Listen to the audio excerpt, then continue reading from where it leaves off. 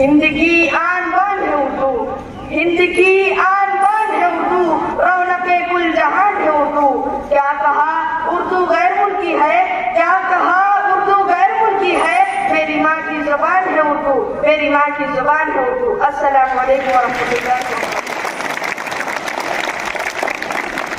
रसूलिल करीम। अम्मा बाद, मुअज़्ज़ज़ सदर जलसा, जज साहिबान, मेहमानान इकराम और मुकर्रमी सामाईन, अस्सलामु अलैकुम व रहमतुल्लाहि व बरकातुहू। आज की इस बज़्म में मैं जिस मौज़ूए कलाम की मुवाफ़क़त कर रहा हूँ वो है उर्दू ज़रिए तालीम से दूरी मुस्लिम माशरे के लिए नुकसानदा है।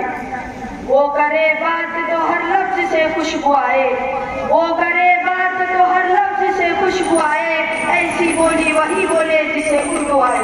हाज़रीन महफ़िल, सबसे पहले हमें समझना चाहिए कि उर्दू ज़बान हमारी तहज़ीब, सक़ाफ़त और तारीख़ की अक्कास है। ये ज़बान सदियों से हमारी इल्मी, अदबी और फ़िक्री तरक्की में अहम किरदार अदा करती आई है। उर्दू ज़बान के ज़रिए हम अपनी तारीख़, फ़लसफ़ा और अदब की बेशुमार दौलत को समझ सकते हैं। जब हम उर्दू को तालीम के ज़रिए के तौर पर नज़रअंदाज करते हैं तो हम अपनी ज़बान, शनाख्त और तहज़ीब से दूर हो जाते हैं। फिक्री एतबार से गौर किया जाए तो हम पाते हैं कि एक मासूम बच्चा जब बोलना और अल्फाज का फ़हम हासिल करता है तो वो कौन सी ज़बान होती है? वो उसकी मादरी ज़बान होती है जिसके ज़रिए से वो तमाम बातों को सुनता है, समझता है और अपने ज़हन में जमा करता है।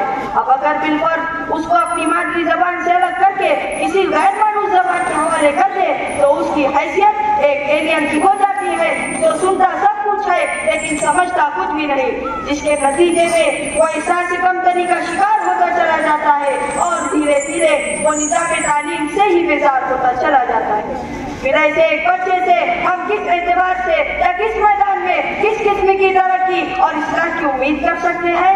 हाज़रीन, बड़े अफसोस की बात है कि आज खुद की शान में चार चांद लगाने की खातिर या अपने स्टेटस के इश्तिहार के लिए अपने बच्चों को मगरिबी तर्ज तालीम दिलाने वाले वालिदैन और सरपरस्त हज़रात सिर्फ और सिर्फ इसलिए उर्दू से बेवफाई करते हैं कि उन्हें उर्दू में उनके बच्चों का मुस्तक़बिल नजर नहीं आता।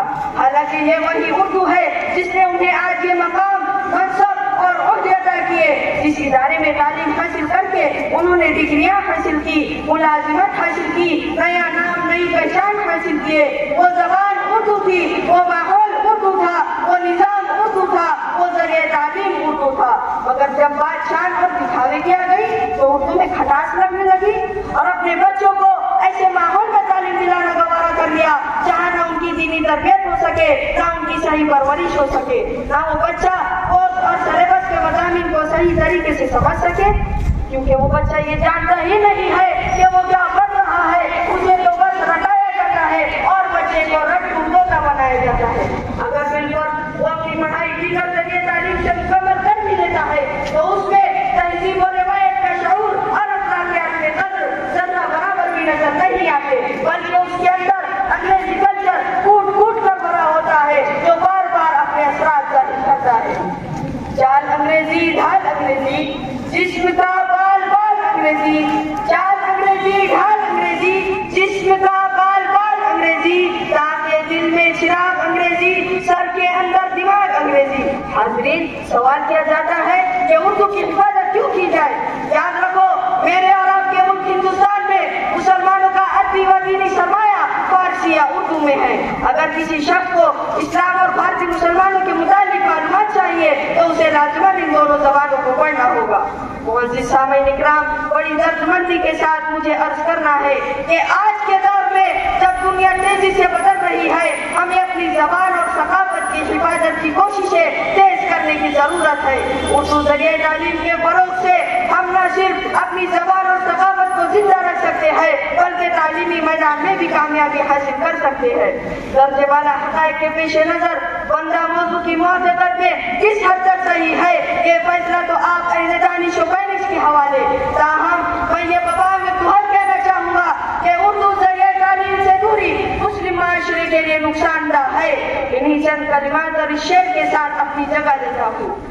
हिंद की आन बान है उर्दू, हिंद की आन बान है उर्दू, रौनके कुल जहान है उर्दू। क्या कहा उर्दू गैर मुल्की है, क्या कहा उर्दू میری ماں کی زبان ہے اردو. السلام علیکم ورحمۃ اللہ وبرکاتہ.